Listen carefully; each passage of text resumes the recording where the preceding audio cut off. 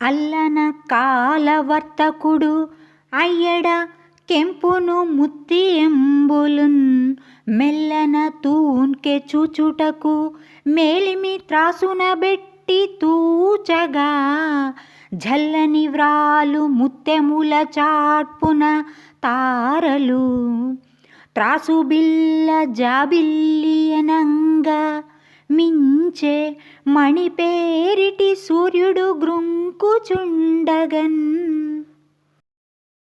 ఆ సూర్యాస్తమ సమయంలో కాలము అనే వర్తకుడు ఒక పెద్ద కెంపును ముత్యాలతో తూకం వేసి చూద్దామనుకున్నాడు.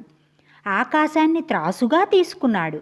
ఒకవైపు సిబ్బి నిండా ముత్యాలు పోశాడు. మరోవైపు సిబ్బిలో ఆ కెంపునుంచాడు. తూచాలంటే ఇప్పుడు త్రాసుని పైకెత్తాలి.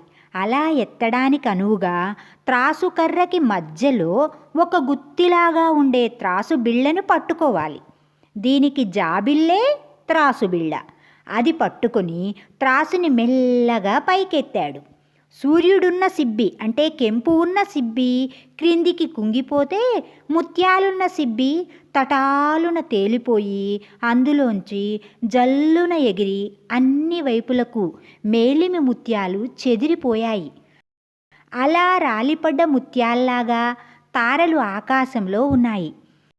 ఇక్కడ కెంపున్న సిబ్బి కిందికి జారిపోవడమే సూర్యాస్తమయం. ఇదే వర్ణనలో దాగున్న అందం.